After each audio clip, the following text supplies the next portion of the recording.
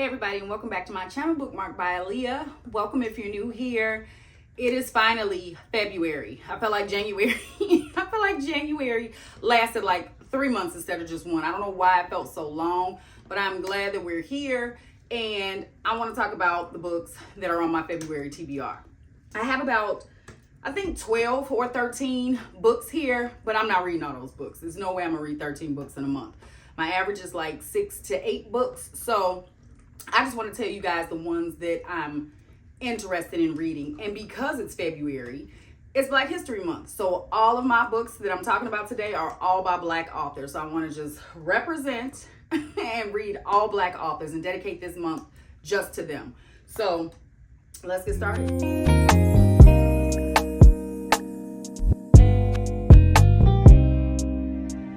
First one I have by Monique is Still Waters. This is book 1 of a series. I think this book leaves on a cliffhanger. I've had this book for so long. I saw it on TikTok.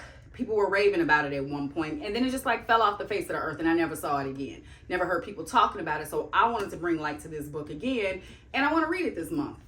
I am going to be reading the backs of a lot of these books because either I've had them for a long time, or you're new here and you've never heard me talk about these books, or they're new books that I just got. So I'm not going to read the whole thing, but just enough to give you, a little peek as to what these are about. Deja Rubin embarks on a new life in Crestview Waters, one she'll thrust into, not of her own will. Loss has led her to a place where she wouldn't otherwise have stepped foot in. One fateful morning brings Deja's new life spinning out of control and into the arms of Steele. Next point of view. Phoenix Steele wishes none other than remain the reclusive lawyer that he is. He wants nothing to do with Crestview Waters and dares anyone place a foot on his land. As the head of a family's prestigious law firm, Phoenix has the world on his shoulders and doesn't need anything or anyone to add to it. If work isn't calling him, nothing is. That's until a hauntingly beautiful woman ends up on his land. Blaze Steele is the opposite of his older brother. He's social, outgoing, flirtatious to the utmost degree. Although chaotic, nothing in his world is out of control. When he meets the emerging butterfly, who is Janelle Payton, he stumbles upon a side of himself he never knew existed. So it looks like this is about two brothers, the Steele brothers, and the women that uproot their lives. So seems like a fun ride. Like I said, I heard that this falls on a cliffhanger. So if you're not a fan of cliffhangers, probably don't want to even get into this unless you're ready to make that commitment. Then I have Instructions for Dancing, Nicola, not really sure. This is a YA. I heard that it's super cute. I heard that it's kind of emotional. And honestly, I forgot what this book was about. So Lucy Loves Books and Bags is the one who put me on to this book, and she told me to get my tissues ready. So if I'm ready to get sad this month, this is the one I'm gonna pick up. Evie Thomas doesn't believe in love anymore, especially after the strangest thing occurs one otherwise ordinary afternoon. She witnesses a couple kiss and is overcome with a vision of how their romance began and how it would end. After all, even the greatest love stories end with a broken heart eventually. Falling for X is definitely not what Evie had in mind. If her visions of heartbreak have taught her anything, is that no one escapes love unscathed. But as she and X dance around and toward each other, Evie is forced to question all that she thought she knew about life and love. In the end, is love worth the risk? So I know she's a dancer, and I really don't know what's going to happen, in this book, because honestly, that synopsis was really vague. So it really didn't tell me a whole lot, but I heard it's one I need to pick up. So that's what I'm going to do. Then we have Ella Gets the D. I did a book haul a while back about this one, so I can still kind of remember a little bit of synopsis, because I remember this being a long synopsis on the back, so I'm not going to read it. So I guess Ella catches her man in bed with another woman. She goes to live with her friend in her friend's extra house or cottage or whatever. And what she doesn't know is that I guess her friend's brother lives there too. So I think I said this in a previous video. So this D is standing for multiple things. It's standing for divorce. It's standing for the D. So she's going to get both. So it seems like a funny story. Probably spicy, clearly by the title. So you down for spicy? If you're down for funny, I think you should pick this one up because I plan to. Then I have Donna Hill, I Am Aya. This is one I recently got. Again, Lucy Loves Books and Bags. She is hurting my pockets and she's hurting my TBR. She's making it longer. But anywho, I'm down for the Rex. This is a historical fiction, I believe. I'm going to read the back of this one So it may be a little wordy just because, you know, I don't see this book a lot. I don't see it circulating anywhere. I don't see it, you know, on TikTok, on YouTube. I don't see people reading this book. So I'm going to read a good chunk of the back just, you know, to put you on the same way I was put on. Alessandra Fleming has spent most of her life running from her past. Her budding photography career, her life in Manhattan, all serve to distract from the secrets and guilt she's never been able to face. Then the call. Her estranged father is in the hospital, and Alessandra must return home to Sag Harbor, crumbling the first wall between her past and her present. For some, coming home is a relief. For Alessandra, it's a reminder of the family she's lost, of the time she'll never regain. But the answers, the secrets of her family are hidden in the house, waiting for her. And the only one who may be able to help her uncover them is her father's neighbor, Zach, who brings with him an attraction that's intense and instantaneous, yet oddly familiar. Now Alessandra is being pulled back, not only into her own complex family history, but into the richly documented lives of 4 extraordinary women. Generations touched by tragedy and triumph, despair and hope. And it's in these aching echoes of the past that Alessandra's own story, her mistakes, and her capacity to love will take shape, guiding her to the life she's meant to live and the extraordinary person she will become.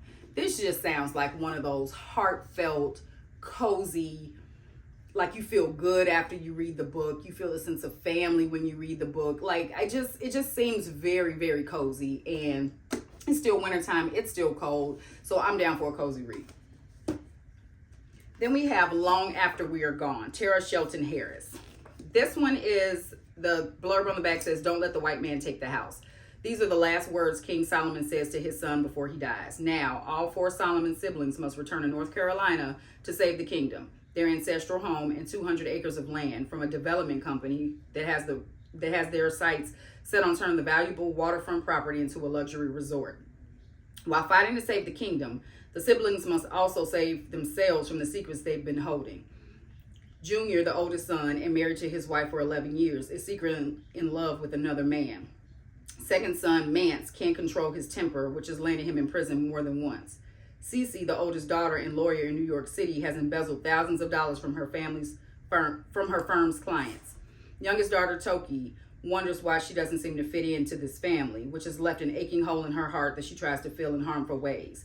As the Solomons come together to fight for the kingdom, each of their facades begin to crumble and collide in unexpected ways. Another cozy one. I will say this. This is not a top priority for this month right now, just because if it's anything like One Summer in Savannah, where I really enjoyed that book, because it's the same author, where I really enjoyed that book, it had a lot of slow parts. I really enjoyed that book, but it was a slower read. So if I'm not trying to just kind of chill and have like a slow read, I may not pick this up. Or I could be wrong and this book might fly. It might not be anything like One Summer in Savannah, but it sounds like a really good story. Same as like the I Am I. It seems like a sense of family, a sense of hope. It looks like, you know, obviously, I mean, the way it reads, all the secrets are going to be shared, and like they're going to have some type of like closure to anything they've been thinking their whole lives, like while trying to save this house. So it just seems like a very cozy read. Then I have Shanora Williams, Beautiful Broken Love. This is her newest release, I believe, because it just came out not too long ago. I believe it's a sports romance, I believe. It's been months since her dreams of forever were brutally shattered. 7 long months since her husband and soulmate Lou died in her arms, leaving her to carry on alone. And Davina Klein Roberts still isn't sure how to move forward. To escape her anguish, Davina throws everything into work, pushing Golden Oil Company, her self-built skincare line, to become a viral success. Now she's poised to clinch a major endorsement deal too, but it's bittersweet without Lou by her side. A meeting with Zeke Bishop, the hot NBA star she's courting for her brand, leaves Davina flustered. With his dimpled smile and warm handshake, Deke's a natural pitchman, and he's clearly interested, not in only her lotions. Might be spicy too. This is the newest one. I've heard nothing but good reviews about that one too, so I can't wait. Another one, y'all, that has been on my shelf forever. I bought this because it was so cheap. It was $5.95 at Second and Charles. So I got it because I was always debating on whether I wanted to buy this book or not. But when I saw it was so cheap, I got it. Like, I'm not going to read the whole back. Well, it's not a very long one. I know it's a dark academia. I got a little thriller vibe to it. When 2 Nevia's private academy students, Devon and Chiamaka, I believe that's how you say her name, are selected to be a part of the elite school senior perfects. It looks like their year is off to an amazing start. After all, not only does it look great on college applications, but it officially puts them in the running for valedictorian too. Shortly after the announcement is made, someone who goes by Ace begins sending anonymous text messages to reveal secrets about the two of them that turn their lives upside down and threaten every aspect of their carefully planned futures.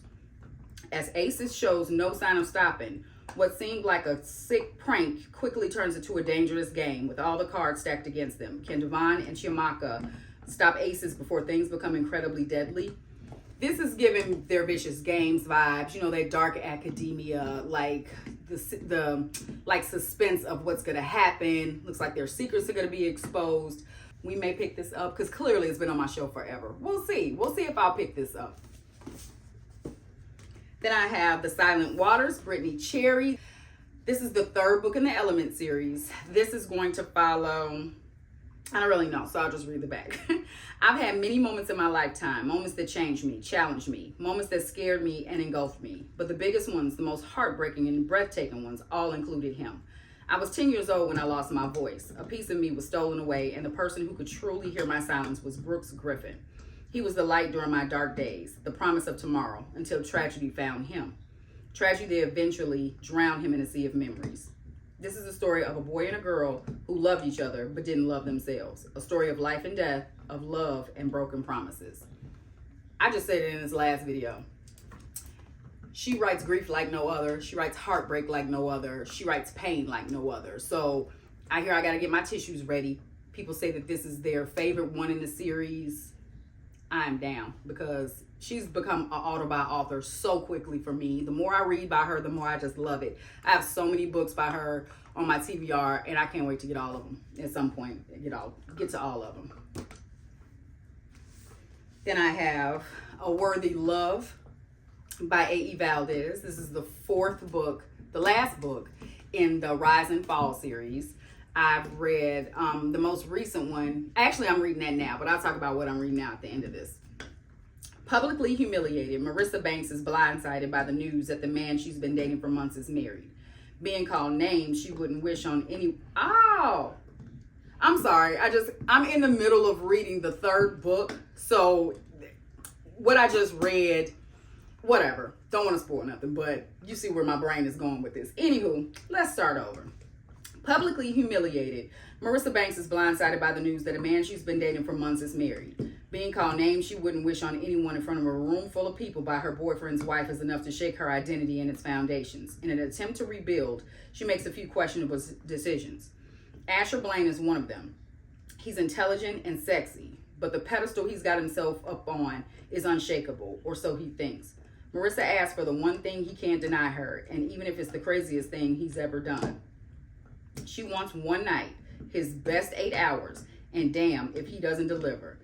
The next morning, her bubble is shattered by his loud mouth, and Marissa retaliates with a stiletto and a remote. The best night of her life is over, and she's more than happy to walk away a free woman. Asher's job sends him to Marissa's city, and when they cross paths again, it's Asher's turn to make an offer, and just like him, she can't refuse. Will her worst nightmare and his complicated past ruin what they're building, or can they lean on one another to make it through? My God, that sounds so good. And I think just because I'm moving along with this series that this sounds even better. And just me reading about her in the book I'm reading now, it just makes it all the better. I love it. I just love this. I don't know. It's going to be a good month. Then I have another book I've had forever. Leslie Penelope Monsters We Defy. This is I'm not going to read the back of this because this is kind of long. Well, it's not that long. But I know this deals with the heist. And it's some magical realism in this. And it's a little bit different. You know, again, if you've been following me for a while, the only magical realism I've ever read is A Love Song for Ricky Wilde and The 7 Year Slip. And Ricky Wilde did it for me. 7 Year Slip didn't. And so this one seems like it's got a little bit of fantasy, magical realism going on with it. And I think it's set like in the Harlem Renaissance, maybe. I could be making the whole thing up, so let's read before I lie. Sarah Johnson can talk to spirits, a gift that saved her during her darkest moments. Now a curse that's left her indebted to the cunning spirit world. So when a powerful spirit offers her an opportunity to gain her freedom, Clara seizes the chance, no questions asked. The task? steal a magical ring from the wealthiest woman in the district. Clara can't accomplish this daring heist alone. To pull off the impossible, she'll need the help of an unlikely team, from a handsome jazz musician able to hypnotize with a melody to an aging actor who can change his face. But as they race along DC's legendary Black Broadway, conflict in the spirit world begins to leak, and the human one. An insidious mystery unfolding that one could cost Clara her life and change the fate of an entire city. I felt like I read that like a 2-year-old, but I really hope you grasp what. I don't like how that synopsis was written. It was hard to read. There's a lot of dashes and weird punctuations. I don't know, whatever, but you get the point maybe. But looks like some fantasy, looks like some magical realism, looks like, you know, it says black, what did it say? Black Broadway. So I really don't know if that's like Harlem Renaissance or not. I know it's like historical. It doesn't really say the years in here, so it's definitely set back in time though. So it sounds like a good one. Like I said, I really want to read this book, but again, when books are out of my comfort zone, when books aren't my jam that I usually grab, it's just harder for me to pick them up, but I really want to. So I want to get to this just because I've had it for so long. So if I read this, I'm probably going to read like a romance or something with this just to break it up so I don't feel, you know, like a slump or something coming on if I'm not like in this like I want to be, or if it's a slow start. But it seems like something different. So I said once a month I want to read something a little bit out of my comfort zone, and I'm trying to stick to that. I think I got one more. S.A. Cosby, All the Sinners Bleed. He's so popular, I'm definitely not going to read the back of this. But I read Razor Blade Tears by him. If you were following me when I read that book, it wasn't my favorite book ever. A lot of people loved it, gave it 5 stars, so I was like here for it. I was ready, but it just didn't grab me. I liked the book. I liked Buddy Lee. I thought he was hilarious, but it wasn't like something that I'm just going to recommend for everybody to read. Like, it just wasn't that type of book. But this one, I mean, I'm still going to read all his books because I just want to see. You know, we all have different opinions. What you think is a 5, I might think is a 2. What I think is a 5, you might think the same, you know, so whatever. And a lot of people, like in the comments when I did the vlog on me reading this book, was saying that, you know, if I didn't like that one, I'll probably like this one, because either they felt like that or, you know, they like this one. They like both books, but they like this one way better. So we'll see. We'll see. You know, reading is subjective. I'm here for it. I do want to try it because his writing is good. I did not like the audio for this, so I think I'm just going to physically read this book if it's the same narrator, which I think it is for this one, like it was for Razor Blade Tears, just because he just talked too slow for me, and he would send me to sleep. His voice was like melatonin. I couldn't do it. So we'll try again and I'll let you know. Then just yesterday, I got this book because everybody kept talking about it. So I'm like, let me get this book. Not even gonna sit here in front.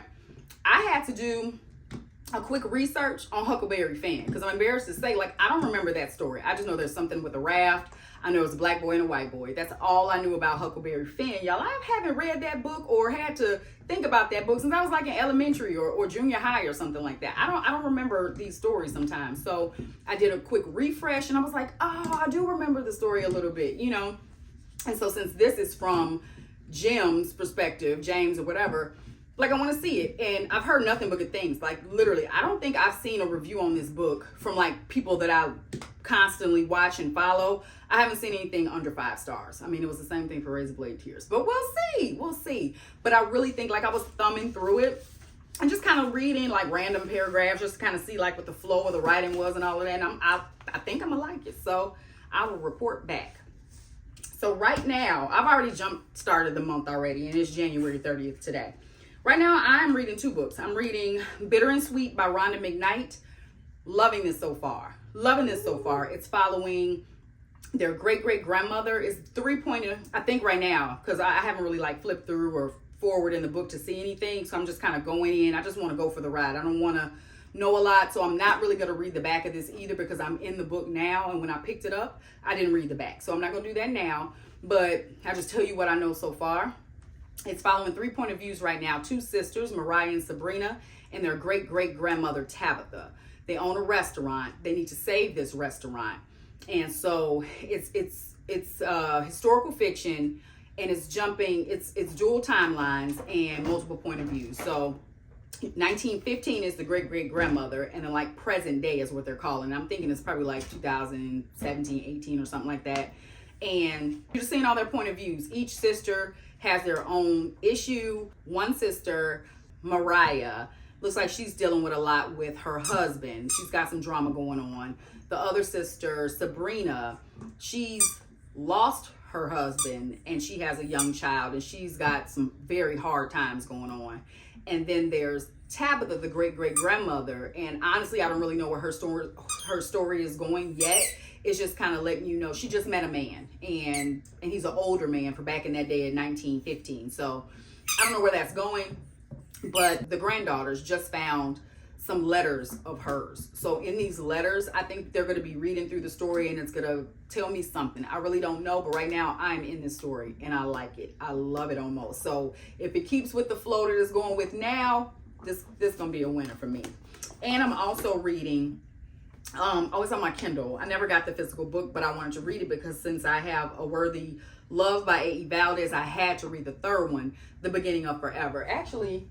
It's actually back there if you can see it on my Kindle. The cover is up back there, but I'll put it right here just so you know what the cover looks like. And this is just a continuation of Asen and Harlow from the first book in this series, All I've Wanted, All I've Needed. So as I'm reading this, it's good. I mean, but it's nothing. It's real mid for me just because I feel like we didn't need like this is basically like an extended epilogue of the first book. I didn't need it. It tied it up in a bow for me. I loved them as a couple. I loved the way Asen treated her. I loved her friend group. I loved everything about that book. So I didn't need this extended epilogue, but you know, it's cute. You know, it's on for the ride, whatever.